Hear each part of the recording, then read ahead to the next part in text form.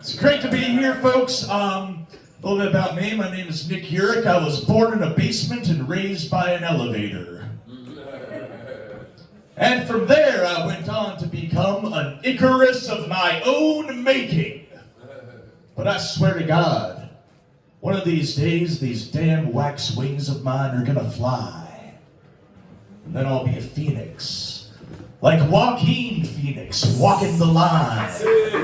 Or Christopher Walken. Or Christopher Reeve, if not for that horse. It's all life is a series of alternate realities, some of which have worse horses than others. And you spend your whole life hoping that you're in the right one. I think about that a lot sometimes. What my life would be if I hadn't got on that turnip truck from West Virginia 10 years ago. But that's what led me to Cleveland, what led me to this moment, and led me to all of you. So I thank you all for being here tonight. Now last year, my own brain tried to kill me. So I'm dedicating the rest of my life to making that spongy, gray son of a bitch sorry he left me alive. It's been going great, actually. First shot heard around the world in the war between me and my brain. I stopped prescribing myself alcohol and got a doctor to prescribe me these pills. And guess which one worked better? Yeah, it just goes to show, the advice of a medical professional actually is better than doing your own research. Who would have known? So I can't research for shit, apparently. Well, no, I could research shit itself. That's how I learned about the Bristol stool scale. But that's for another set. Preview of coming attractions. The Bristol stool scale bit. Coming in 2023 from NickYurick. At any rate, though, and I know it's hard to believe that I've spent my whole life suffering from anxiety. I mean, I look so cool and confident up here. Y'all probably wouldn't believe me if I told you I once cried on the local news. I did. I was 10 years old, or half a score for the layperson. And I had misspelled the first word in the Raleigh County spelling bee, sausage. And I guess they thought it would make me feel better if they interviewed me. No, it just made me feel a whole lot worse in front of everyone in the county. But now I have a mnemonic device, for you see, that failure hung around my neck like an albatross of encased meats, lo these many years. I now have a mnemonic device to always remember. Sauce before sage, unless you want to cry on the local news again, you stupid fucking child. Get it together, man. And now, just being a kid was scary in a lot of ways. First off, anyone else here terrified of marching bands? Thank you. Someone to sympathize. Yeah, because you remember going to parades as a kid, and what would always happen?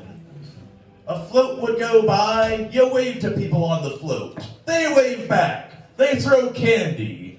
After they're past, you run out into the street, because that's what kids were the best at back then, was running out into the street.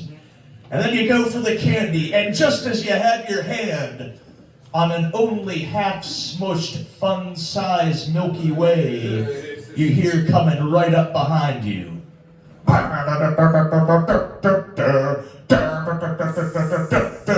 And a marching band, murder in their eyes and fresh oxygen in their lungs, is bearing down upon you. And the half-smushed, fun-sized Milky Way slips from your grasp as you run for your life, becoming a fully smushed, unfun-sized Milky Way beneath the feet of the unfeeling young troubadours. chords. Soulless musical androids marching on, ignoring the cries of a child who just lost his candy. Minds focused on the prize at the end of the day. A clammy teenage handjob on the bus ride home. 'Tis indeed tragic to think how many fun-sized Milky Ways have been fully smushed in the mindless pursuit of clammy teenage handjobs. Now, that was 30 years ago. I don't think they don't give clammy teenage handjobs so much on account of the COVID. Had to find that out the hard way when there's that outbreak of genital COVID over in Rocky River. Now, there's also an outbreak in the Cleveland municipal schools too, but no one ever does anything about that. Just like they still haven't done anything about the 2018 pandemic back in West Virginia, where I'm from. Yeah. See, I realized lately that I moved from Cleveland, to Cleveland from West Virginia because, I did want to perform in more places with fewer Confederate flags in the room. But I also wanted to live somewhere that still made me feel kind of like a loser.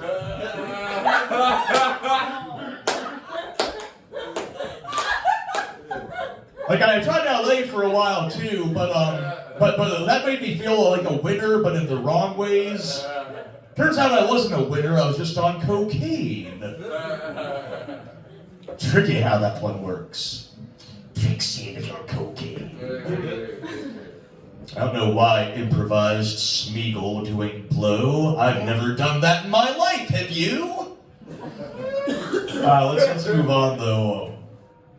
Well, no, I'm not so scared of marching bands now. It's kind of like growing up afraid of bears and then realizing they're all Winnie the Pooh.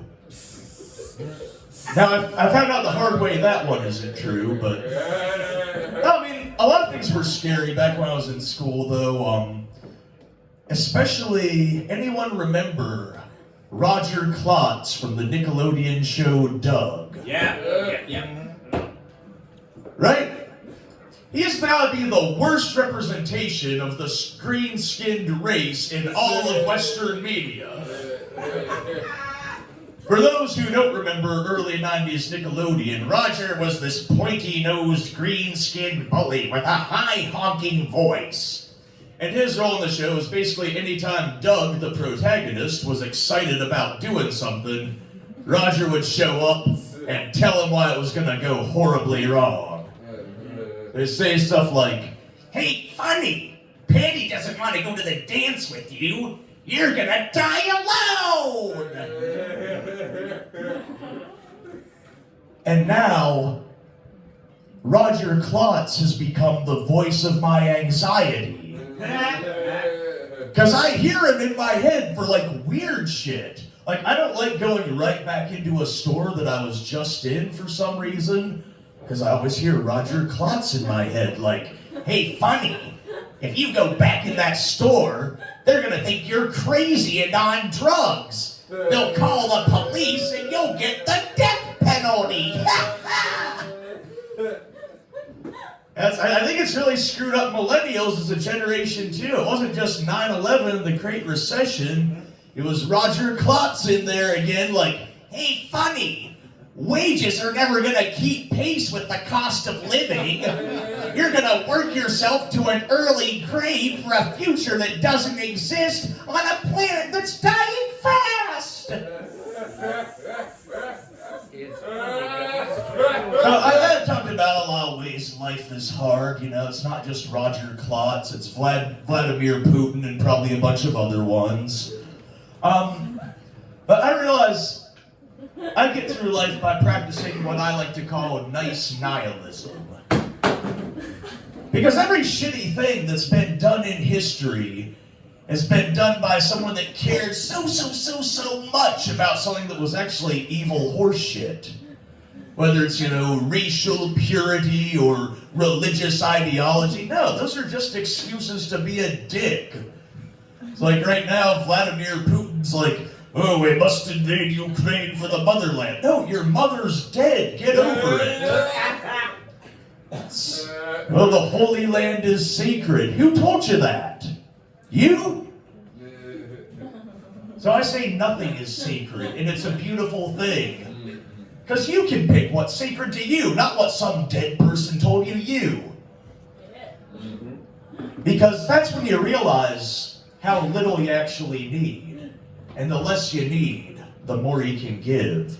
So I say give love, give laughter, give joy, give happiness, give peace, give kindness. Give your buddy a beer every now and again, unless they're sober. But most of all, give no fucks. Thank you very much, Terry Moore. I've been NickYurick. Keep it going for your wonderful host, Dion Atkinson. Thank you for having me. Give it up for NickYurick.